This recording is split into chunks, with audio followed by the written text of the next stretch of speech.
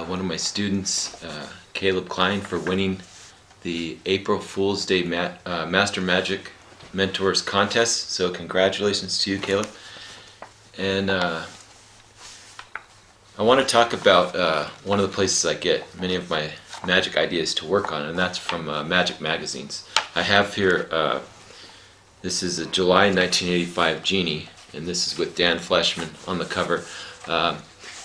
I've met him and I've seen him lecture at the Gary Darwin's Magic Club. He's a really good magician. And today I'm going to share with you one of his effects. It is called PDQ Aces in case the aces leave. And what it is it's a variation of my mentor Allan Ackerman's card case collectors from Here's My Card. So that's what I'm going to share with you today. There's so many things to talk about. I'm going to make other videos. I've got a lot of new books. I have Diabolical Deceptions. I have Sentimental Surrealism. I've got over 60 books now, and I want to highly recommend the Martineau collection, Volume 1 and Volume 2. I just came out with Volume 2, and that is available on Amazon, and it's got revolutionary close-up magic volumes 1 and 2, and it's got many other things, so I'll make other videos on that. But okay, so for today's video we're going to show you this collectors. Now I have many different versions of collectors that I do. I've combined, I'll show in other videos, an effect that's also from Here's My Card, which is called Evaporation, and I combine that with the card case collectors. I'll make that in another video. And then I'll also make a performance video of Ackerman's Revisiting Card Case Collectors, which has been one of my favorite effects for a long time. You want to have the cards signed so that it's more believable. So for this, we're going to take out the aces and we're going to set them. You could do an ace production or anything like that. We're going to set the aces face down on the table. Okay. Now, for this example, I'm going to use the 2, the 3, and the 4 of hearts. These would be 3 different selections, and they would of course be signed. It's much stronger when I emphasize to be signed. Otherwise they could accuse you of duplicates or something like this. So what you do is you have the cards spread out, and you have the first one, the aces are on the table face down in the middle of the mat, and what you're going to do is you're going to you spread through the cards, and then they would touch a card each time. So then you would show it like this. So this is what it would be, what it's looking like. So for this example, 2 of hearts, right? The 3 of hearts. Say this is a card that they would sign the card. How do they sign it? Well, you just hold it up like this, and you have them sign it. Okay. Otherwise, they can sign it when you turn your back. Okay. But now with this one, you come to the double. Okay, so what you would do at this point, if you'd have them sign it, is you would just you would turn your head and you would turn this over. Okay, and you would have them sign this with you turning your head. Okay, and then so you have the double, right?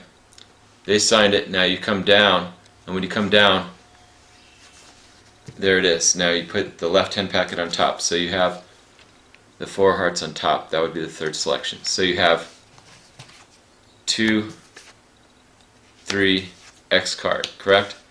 Now you want these to be signed much stronger, like I said. So now at this point, what you do, you have the card box, it's nearby. What you're going to do is you're going to get a break, okay, as you pick up the aces, and you're going to do the Marlowe Atlas, okay?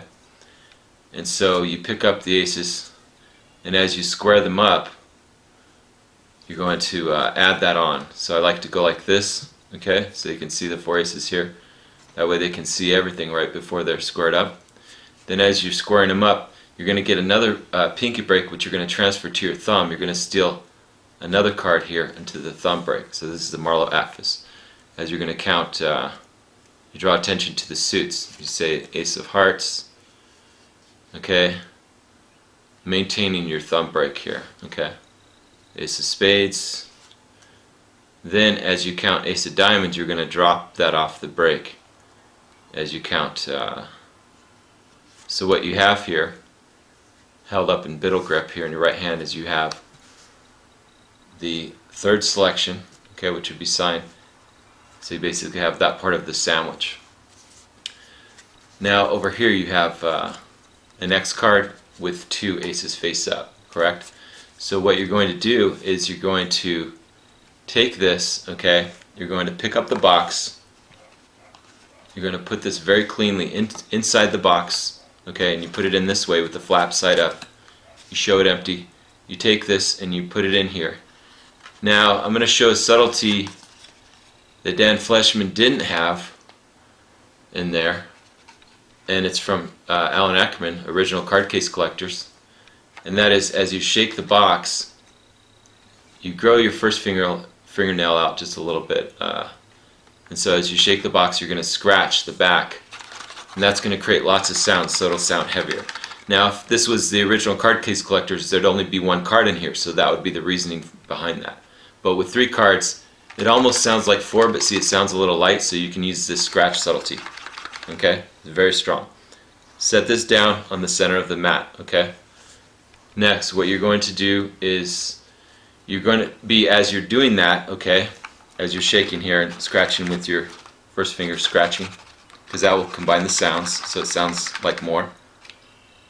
4 aces inside the box. Now, as you're doing that, you're pinky counting 2 over here, okay? And that's the pinky count. Now, if you think the pinky count is too difficult, then you can just get a break on 2 by, as you riffle up the back, you'll see 1 face down card, then you just drop 1 more. But you don't want to go too high because you don't want to flash the face up condition, right? So you would just come to the first face down card, then you would very slightly drop 1 and hold a pinky break. There's different ways to get a break, but I prefer the pinky count, and so again you want to hold the deck in this mechanics grip. You want to kind of put your thumb here on this corner, and then your pinky will count off 2. Now what you're going to do at this point is you're going to show the first card, which would be signed. Okay, then you're going to come over and you're going to pretend to put it in doing the tilt, okay? The Vernon Marlowe tilt. Now when you're here, okay, with the tilt, once you square up, you release everything, okay? So now you can set down the deck if you wanted to show no breaks, but that's more for magicians, right? Now at this point what you're going to do is you're going to get a break on the top card, because what you've done is you've sandwiched the first one. Let's take a look at what's going on in the collectors. You're sandwiching the first one, correct? And that would be right underneath the top X card. So what you're going to do is you're going to square the deck. As you square the deck, you get a break on 1, okay, on just the top card, and then you're going to undercut half the deck, put that on top, and you maintain your break, okay? But what I do is I transfer it to an Altman trap.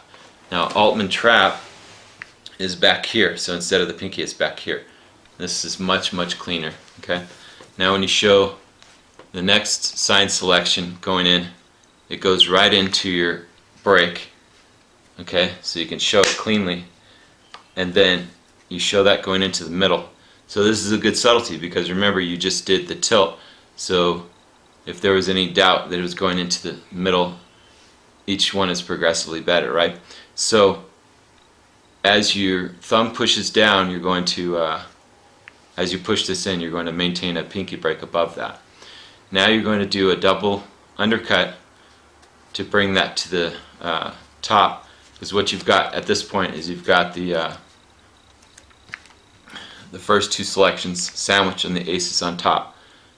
Okay, now you have an X card, which they believe to be the signed card. So when you put this in very cleanly, you can have them push it in or you push it in, and then you can show that there's no breaks. Okay, now you pick up the deck. As you scratch over here, repeating this subtlety with the first fingernail, right? It sounds louder. What that will do is provide misdirection for you to pinky count 1, 2, 3, 4. Now if you don't want to do the pinky count, you think that's too hard for you, I will show you an alternative. All you have to do is, as you pick up the deck and as you give it a little dribble here, That gives you a reason to square up. You know, you always want to have a reason to square the deck. As you're squaring up, you would just riffle till you see the first face down card, and you would hold a break. Okay, so you're essentially going to hold a break on these 4 cards, okay, which are on top. I prefer the pinky count, like I said. Now, from here, you're going to look at the audience, okay? They've just seen nothing underneath it, okay? They've just heard the aces in here. Now you point to them as you say, which one of you can I trust with the deck? When you point here, you're looking at them. That's for misdirection. In that moment of looking at them, your hands are going to kiss together. You're going to steal this off, okay? And what you're stealing off is you're stealing off these 4 cards, which is part of your collector's sandwich, okay? So again, this shows it empty. That's a subtlety. You come down, you say, which one of you can I trust? As you come back, you steal. Okay, once you steal, you pause a beat, then you hand the deck to the person that you say you can trust. You turn the deck face up. Now, at this point, when you hand the deck from the right hand to the left hand, you're going to hand it like this so that you can come over and hold it from this position, okay? You have these on bottom. Now, what you're going to do is slightly push that back so they're not going to flash here on the end. You're going to flick this open, the flap, and now, as you square up everything, when you grab this half moon side of the case and you pull that out, what that's going to do is it's going to pull out the cards, all 4 cards at once from the bottom. But from this view, it's going to be a perfect illusion. You're going to pull those out, okay? So it looks like you're just taking the aces back out, okay? You set those down, or you snap and then you reveal the sandwich condition, okay? And that's the finish. I hope you like that. These would be the signed cards. And please like, subscribe, and share. And thank you very much. Have a great day.